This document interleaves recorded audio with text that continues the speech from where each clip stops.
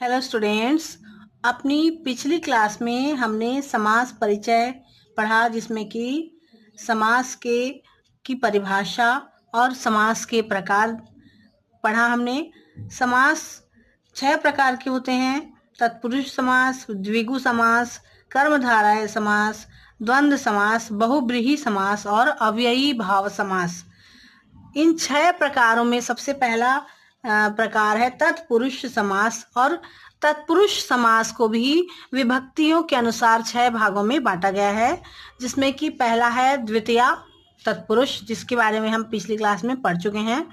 उसके बाद आता है तृतीया तत्पुरुषः, ज्ञान शून्य, ज्ञानेन शून्य। यह जो है ज्ञानेन, यह तृतीया विभक्ति है, इसलिए तृतीया विभक्ति के अनुसार यह तृतीया तत्पुरुष समास कहलाएगा। बाण हतः, बाणेन हतः, यह भी तृतीया विभक्ति है, इसलिए यह तृतीया तत्पुरुष समास कहलाएगा।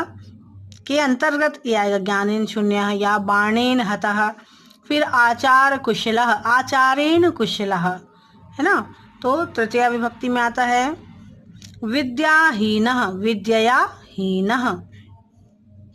फिर है अग्नि दग्धः, दग्धः, अग्निना दग्धः।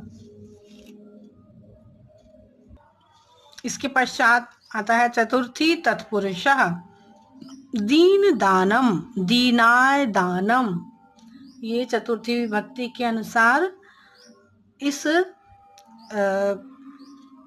तत्पुरुष समास को चतुर्थी तत्पुरुष का नाम दिया गया है, क्योंकि इसमें चतुर्थी विभक्ति के अनुसार शब्दों को लिखा गया है। लोकहितम, लोकाय हितम, यूप दारु, यूपाय दारुः, भूत बलिः, भूतेभ्यः बलिः। तो ये है जो आपका एक वचनम, द्विवचनम, बहुवचनम के अनुसार भी इसको बदला जा सकता है।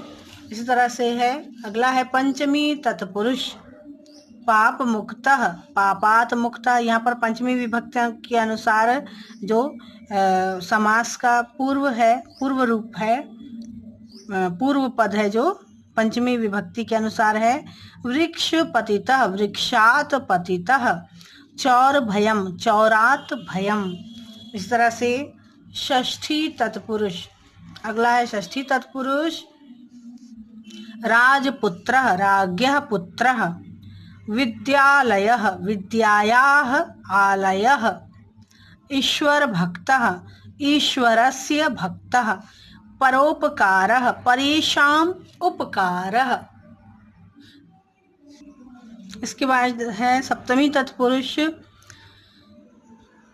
इस समास में, सप्तमी तत्पुरुष समास में जो अग्र भाग है, पूर्व भाग है, उत्तर पूर्व पद है, वह सप्तमी विभक्ति के अनुसार होगा। जैसे कि जलमग्नः, जले मग्नः, युद्ध निपुणः, युद्धे निपुणः, कार्य चतुरः, कार्ये चतुरः, सभा पंडितः, सभायां पंडितः। इसके बाद है तत्पुरुष समासस्य अन्यानि उदाहरणानि। तत्पुरुष समास के और भी अन्य उदाहरण आपके लिए दिए हुए हैं। सामासिक पदम, समास विग्रह। असत्यम, असत्यम को हम न सत्यम भी कह सकते हैं, जो सत्य नहीं है। अद्वितीय, न द्वितीय, जिसके समान कोई दूसरा नहीं होता, अद्वितीय। अकल्पनीय, अद्वितीय। अलौकिक, न लौकिक, जो इस लोक का नहीं है, अलौकिक है। जैसे अनर्थः, न अर्थ, जिसका कोई अर्थ ना हो, अनर्थ। इसी तरह से अनादरः, न आदरः, जिसका आदर नहीं किया जाता, उसे अनादर कहते हैं। अनुपस्थितः, न उपस्थितः, जो उपस्थित नहीं है तो उसे, जो उपस्थित नहीं है उसके लिए अनुपस्थित शब्द यूज किया जाता है। इसी तरह से अनेकः, न एकः, एक नहीं अनेक, तो इसको इस तरह से भी कहा जा सकता है तत्पुरुष समास के अंतर्गत।